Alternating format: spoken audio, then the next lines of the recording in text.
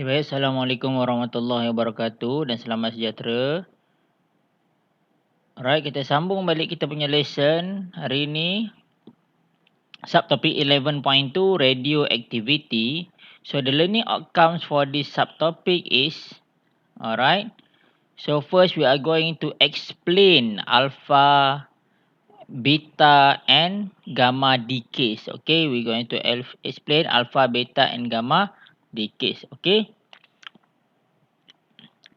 Apa explanation? Radioactive decay is spontaneous and random process, and we are going to introduce neutrino and anti-neutrino. And then we are going to state the decay law. Okay, ini adalah decay law. Alright, we are going to define activity and decay constant. Okay. Also, we are going to consider decay curve. And then we are going to define half-life. Alright. So, ini kita punya learning outcome for today's lesson. So, kita moving on to the first thing that we are going to cover today. First, radioactive decay. Radioactive decay is a disintegration of unstable nucleus. Aku rasa aku kena tukar ni lah. Okay. A disintegration of unstable nucleus to a more stable daughter nuclide. Okay. So, dia disintegrate. Disintegrate ni macam mereput lah. Mereput. So, kalau mereput dia akan menjadi lebih kecil. Okay. So, basically dia mereput, disintegrate from unstable nucleus. So, daripada satu nukleus yang besar menjadi lebih stable daughter nuclide. So, daughter nuclide maksudnya macam lebih kecil lah. Dia consider sebagai anak dia lah.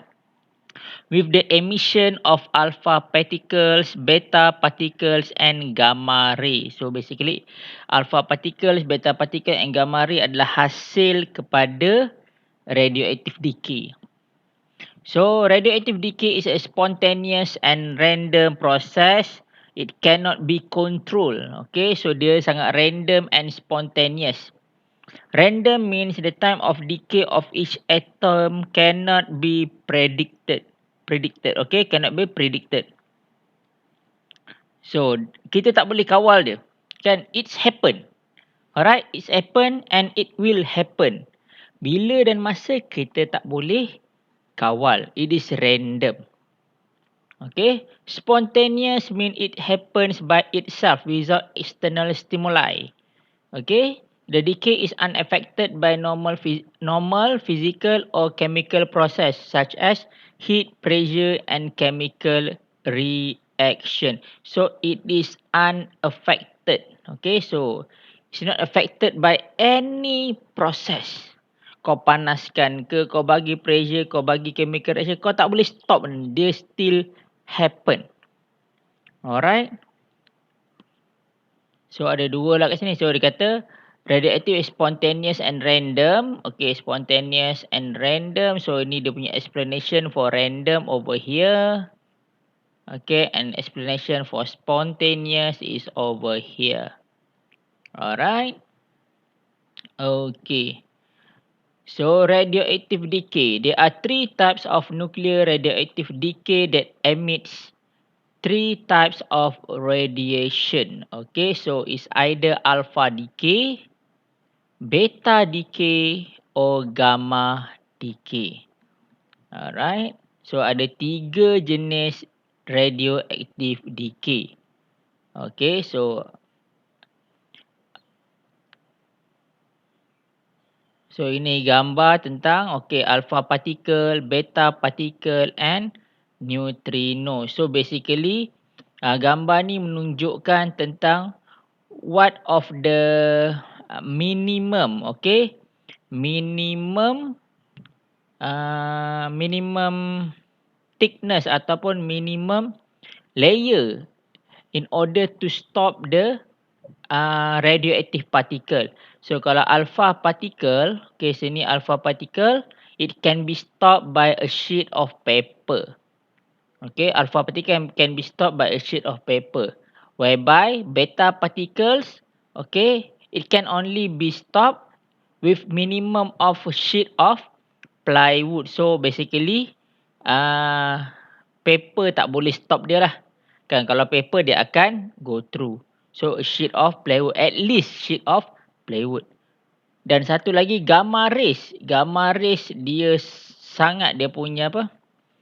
Dia punya penetration power sangat tinggi sampai in order for us to stop gamma rays, we need at least 1 meter thick of concrete. Okay. So kalau kita buat dinding konkrit tu dia mesti 1 meter tebal baru kita boleh stop gamma rays. Okay, so alpha ray, beta ray and gamma ray. Ini dia punya size lah. Boleh tengok alpha ray dia besar.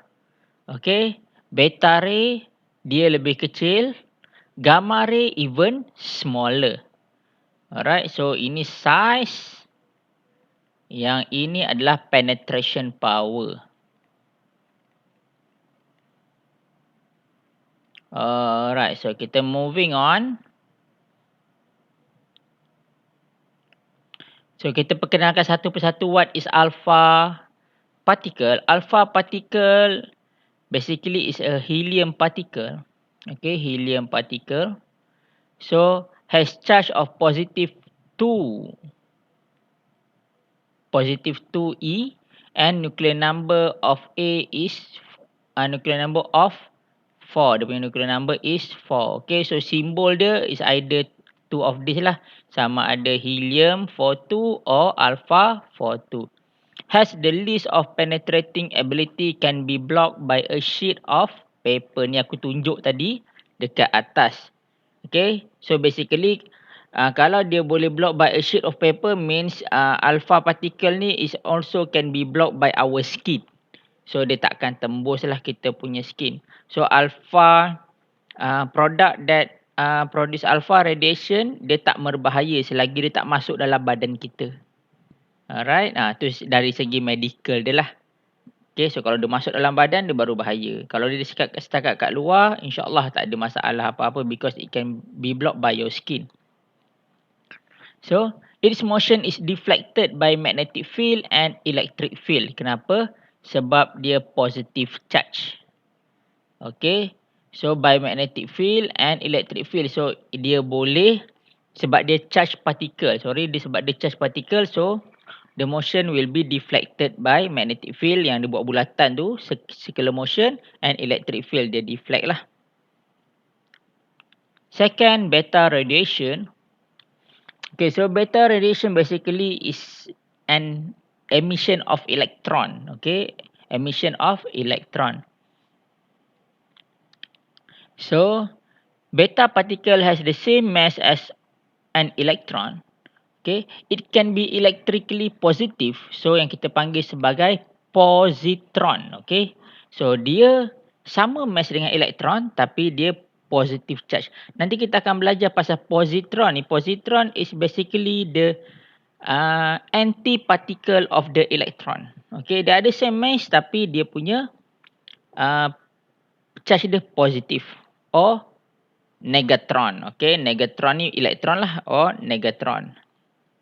Okay, beta negative is either positron or negatron. Okay. Alright. So basically nanti yang cerita pasal ini kita akan cover dalam subtopik seterusnya lah 10.11.3. Nanti kita akan tengok what is positron and what is negatron. Has moderate penetrating ability and blocks by a few millimeter of aluminium. Okay, so dia punya penetrating power dia medium. Okay. So dia perlu at least a few millimeter of aluminium. Kalau tadi dekat atas tadi kita cakap plywood kan. Okay, so plywood. Okay, so basically dia perlukan benda yang lebih tebal lah. Okay, untuk menahan dia daripada penetrate. The motion is deflected by magnetic field. Okay. Beta plus is in the same direction as a particles. And beta minus is in opposite direction of particle. Okay.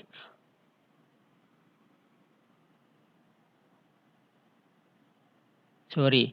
Beta plus is in the same direction of. Ni kita tinggal ni S alpha particle. Okey, aku kena letak sini. Macam mana aku nak letak alpha particle. Okey, ini opposite direction of alpha particle. Senang je. Kenapa dia sama? Sebab charge dia positif. Okay, so positive charge positron will be deflected the same direction as alpha particle. Okay, sebab alpha particle is also positive. And beta negative negatron will be opposite direction of alpha particle. Alright, so symbol for positron, okay, macam inilah. Is either two of this. Okay, korang boleh tulis macam ni atau biasanya orang akan tulis macam ni lah. Okay, plus 1, yang ini adalah negatron. Okay, biasa akan tulis macam yang belah kanan ni. Okay, so clear? Clear? Alright. So, kita moving on to the gamma ray. So, gamma ray is not a particle. Okay, so dia tak ada mass. Is a high energy photon. Okay, kita dah belajar. Korang dah belajar pasal photon. Sebelum ni, photon dia tak ada mass. Kan, photon tak ada mass. So, it's a high energy photon. There is no charge. Again, photon tak ada charge. Alright. So, no charge, no mass. Alright. So, since it doesn't have any charge, it doesn't have any mass, mean it does not be deflected by any magnetic field. So, korang tak boleh deflect dia by using magnetic field. Sebab tak ada charge, tak ada mass. Alright. Has the most penetrating ability. Okay, so basically dia ini yang paling power. Kan? In order to stop this gamma ray, we need at least a few centimeter of lead. Okay, of lead. A few centimeters of lead. Plumbum. Okay, ataupun tadi kalau dalam gambar tadi, kalau konkrit, dia perlukan at least 1 meter of concrete. 1 meter thick of concrete. Okay. Alright. Okay, concrete. So, dia perlukan macam itu. So, gamma decay ni, kan. So, basically, a high energy atom, bila dia berubah, gamma decay, so dia ada release energy sahaja. Dia tak berubah, kan. Atom itu sendiri tak berubah. There is no change to proton and neutron. Tapi, dia release dia punya energy. Alright, this energy is really dangerous to us lah. Okay, dia boleh do macam-macam sebab kita memang tak boleh nak tahan dia. So basically kalau macam even kalau kita pakai radioactive suit sekalipun, alright, kita susah nak contain gamma rays ni. So gamma rays sangat-sangat bahaya.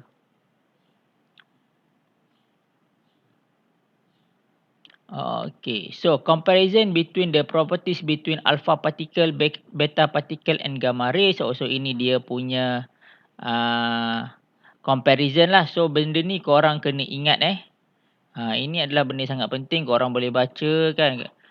Benda sangat kerap ditanya dalam soalan. Okay, so korang kena ingat comparison table ini. Alright, so kalau katakan korang nak baca kan, korang boleh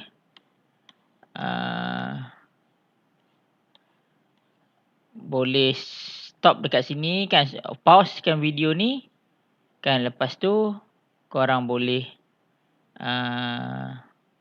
tengoklah kan. Alright, so aku padam balik yang ni, nanti pening pula korang tengok kan. Okay, so stopkan video ni. So yang ini korang kena ingat. Okay, so mungkin ada beberapa perkara kat sini kan. Ability to affect a photographic plate and ability to produce fluorescence. Okay, fluorescence ni macam cahaya lah. Alright, so cahaya dia boleh produce, semua boleh produce. So basically kalau bawah ni kalau tanya apa benda, semua boleh. Yes, yes and yes, yes, yes and yes. So ini bukannya perbezaan, ini persamaan.